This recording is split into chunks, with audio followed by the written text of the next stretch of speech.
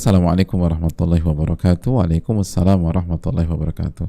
Semoga Ustadz, tim kajian wanita, kaum muslimin selalu sehat dalam lindungan Allah Subhanahu wa taala. Amin ya rabbal alamin. Begitu juga yang bertanya. Ustadz izin bertanya, saya pernah proses ta'aruf dan gagal. Ta'aruf itu proses pranikah ya, untuk menikah. Saya sempat tidak bisa move on Ustadz. Saya sempat minta nasihat dan saran Ustadz. Poin yang saya ambil dari jawaban Ustadz waktu itu, jika sekiranya dia imam yang baik, ikhtiarkan dengan maksimal. Akhirnya saya maju lagi, qadarullah dia tidak mau. Namun mungkin saya yang terlalu srek dengan proses ini, jadi masih berharap sama laki-laki tersebut. Walaupun porsinya tidak sebesar yang sebelumnya, saya masih kepo-kepo tentang laki-laki ini. Qadarullah baru-baru ini Allah tunjukkan sesuatu yang tidak terduga. Seorang laki-laki yang saya kira soleh dan baik agamanya bisa menjadi imam melakukan hal demikian. Saya mendapati sesuatu tentang laki-laki tersebut.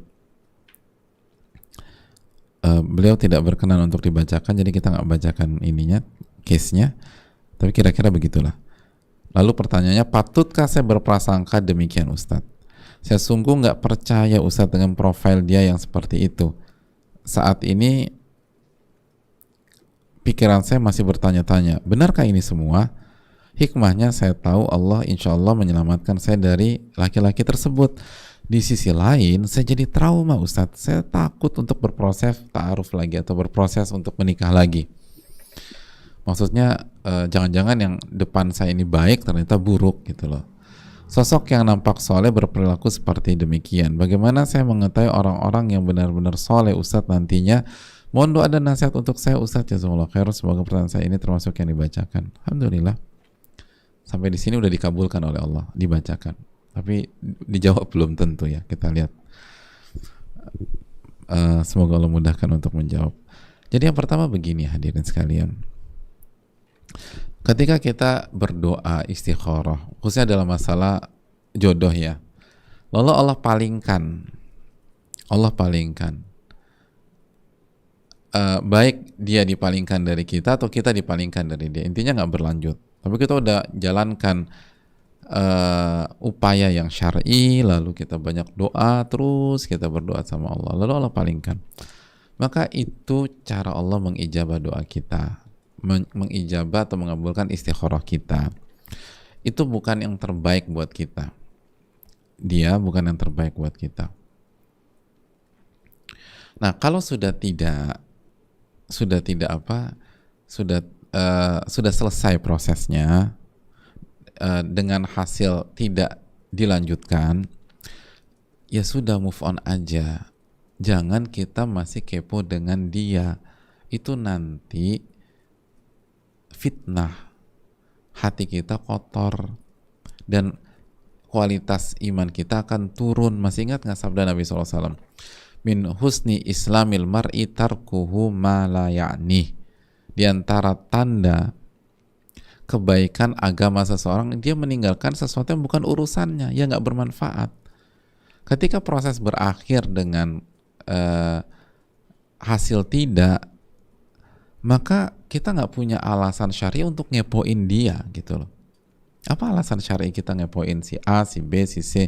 Sedangkan kita banyak PR, kita banyak urusan, kita banyak kewajiban, kita banyak tugas dari Allah dan Rasulnya Sallallahu Alaihi Wasallam, dan itu masih banyak yang belum kita kerjakan. Buat apa kepoin orang? Baik dia maupun yang lain gitu loh. Itu akhirnya kita sibuk ke hal yang bukan urusan kita, dan itu menunjukkan kualitas agama kita tidak baik, menurun, tidak baik atau menurun. Itu poin yang kedua. Kembali lagi kita ulang sedikit. Apabila kita sudah berjuang, berikhtiar semaksimal mungkin, dan di dalamnya bahkan di garda depannya ada doa, ada istikharah, ada permintaan kepada Allah, lalu tidak berjalan, berhenti, tidak lanjut ke pelaminan, maka sekali lagi Allah Subhanahu wa taala mengijabah doa kita dengan cara seperti itu. Itu cara Allah menjawab permintaan kita. Dan itu menunjukkan bahwa itu bukan pernikahan yang yang baik buat kita. Beliau bukan yang terbaik buat kita. Namun bukan berarti beliau buruk gitu loh. Bukan berarti beliau buruk dan dicurigai punya skandal yang kita nggak tahu gitu loh. Punya sisi lain gitu loh. Yang kita nggak ngerti, lalu kita penasaran, cek sebenarnya ada apa sih dengan dia. Nggak harus begitu hadirin. Bisa jadi dia adalah orang yang soleh atau dia orang yang solehah, tergantung ini di sudut pandang laki-laki atau perempuan. Jadi dia nggak punya isu tentang kesolehan, tentang akhlaknya, tentang ibadah, enggak. Tapi bukan yang terbaik aja buat kita. Dan berarti saya nggak baik, Ustadz. Bukan juga demikian, bisa jadi dia baik, kita baik. Tapi apakah dua orang baik kalau disatukan bisa positif atau sebaliknya bisa jadi kontraproduktif? Apakah dua orang baik kalau disatukan bisa produktif? Belum tentu.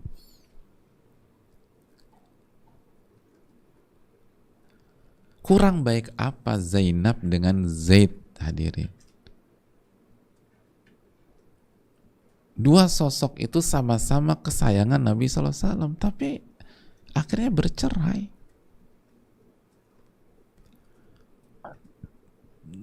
Mereka menikah dalam kondisi dua-duanya orang-orang yang spesial. Mereka mengakhiri pernikahan mereka dengan status sama-sama spesial. Tapi memang bukan yang terbaik untuk masing-masing pihak. Jadi jangan berpikir hati-hati syaitan bermain. Akhirnya kita kepoin orang, kita suudzon sama orang, kita buruk sangka sama orang. Enggak. Cuman dia bukan yang terbaik buat kita aja. Tapi kan dia soleh. Ya. Tapi bisa jadi Allah siapkan yang lebih soleh buat kita. Otomatis dia bukan yang terbaik. Karena ada yang lebih baik lagi. Gitu aja. Atau dia baik tapi nggak cocok sama kita. Karakternya nggak dapat. Nanti ada Allah akan Allah siapkan laki-laki yang baiknya sama dan lebih masuk, lebih ngerti dengan karakter kita. Hadirin, Allah punya banyak sekali cara nolong kita. Jangan berpikir satu dua sisi. Jadi yang berpikir nggak jadi, pasti ada sesuatu tentang dia. Nggak juga. Bisa jadi ya, bisa jadi tidak. Kan nggak juga. Terus poin yang berikutnya, sekali lagi, berhentilah menggunakan cara seperti itu. Ngurus urusan orang itu menunjukkan bahwa agama kita bermasalah. Dalam arti khawatir tidak baik. Karena di antara tanda kebaikan agama seseorang, dia nggak ngurus yang bukan urusannya. Dan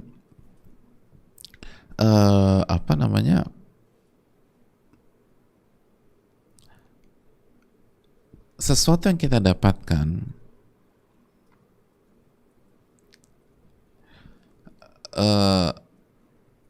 khususnya misalnya di dunia sosmed misalnya, belum tentu juga, hadirin. Belum tentu. Enggak, tapi ini akun dia, Pak Ustadz. Saya mau tanya, Vi sama Ki, bisa nggak orang lain pakai akun orang lain? Seseorang pakai akun kita bisa nggak? Bisa diatur nggak hari gini nih? Vin, bisa nggak? Bisa. Atau yang simple-simple deh. Misalnya orang terdekatnya pakai gadgetnya atau pakai handphonenya, terus melakukan sesuatu di luar sepengetahuan orang, dan sesuatu itu tuh nggak baik. Mungkin apa nggak sih? Ya mungkin banget gitu loh.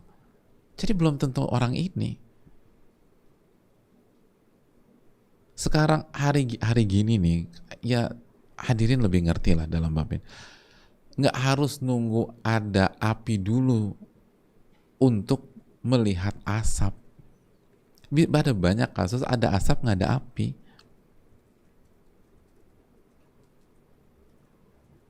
Bener Vi? Hah? Bener nggak nih? Ini kan orang-orang bisa aja, semua bisa direkayasa.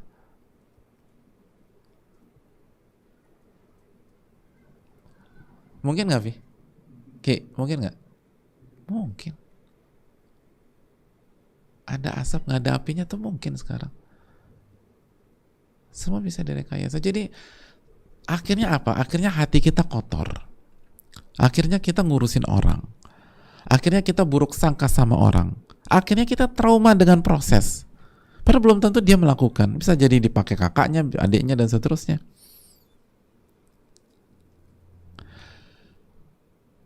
Oh, ada banyak ibu-ibu gitu loh. Ada banyak ibu-ibu kaget dengan story yang ada di handphone canggihnya itu. Ketika dipakai, ternyata yang buka anaknya yang masih kecil. Anaknya buka karena diarahin temennya. Nah, anak yang buka nggak ngerti tentang historinya harus dihapus dan seterusnya. Jadi histori nggak dihapus. Dia lihat kok ini ya, kok ini siapa yang buka?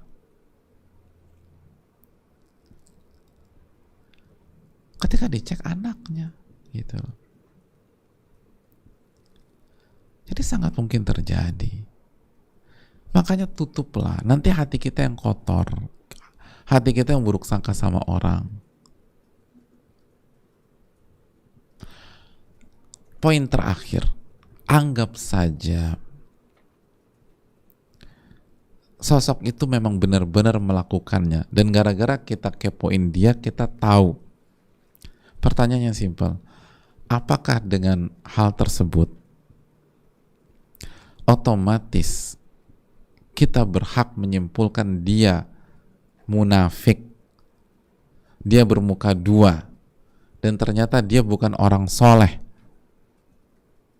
Emang boleh kita langsung buat kesimpulan demikian? Bukankah orang soleh bisa khilaf? Bukankah orang soleh bisa tergelincir? Bukankah Ma'iz radhiyallahu ta'ala anhu, kurang soleh apa beliau, tapi pernah tergelincir ke dalam zina dan belum menyesal? Bukankah wanita Ghamidiyah, kurang soleh apa beliau ini, tapi khilaf dan berzina?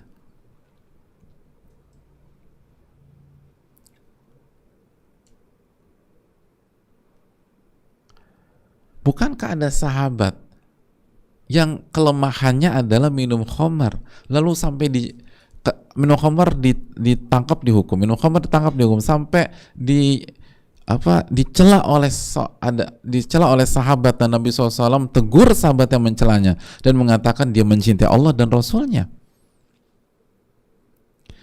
Orang punya kelemahan, dan kelemahan di satu sisi belum tentu membuat dia kehilangan kesolehannya, belum tentu.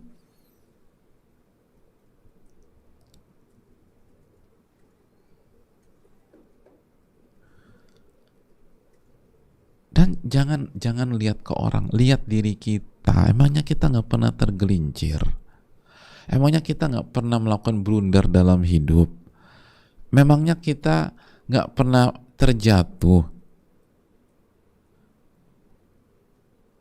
Lalu kita berusaha bangkit, berusaha berubah.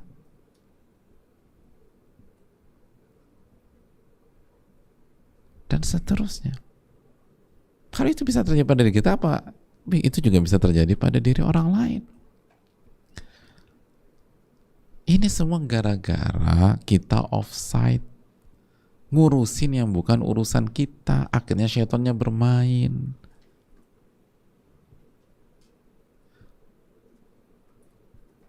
Hati-hati loh.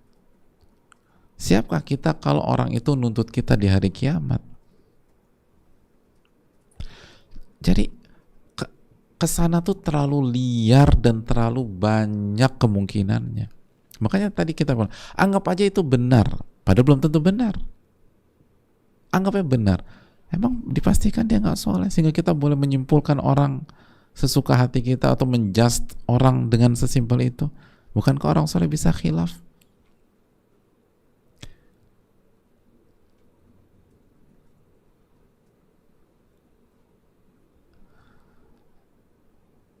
Masih ingat hadis tentang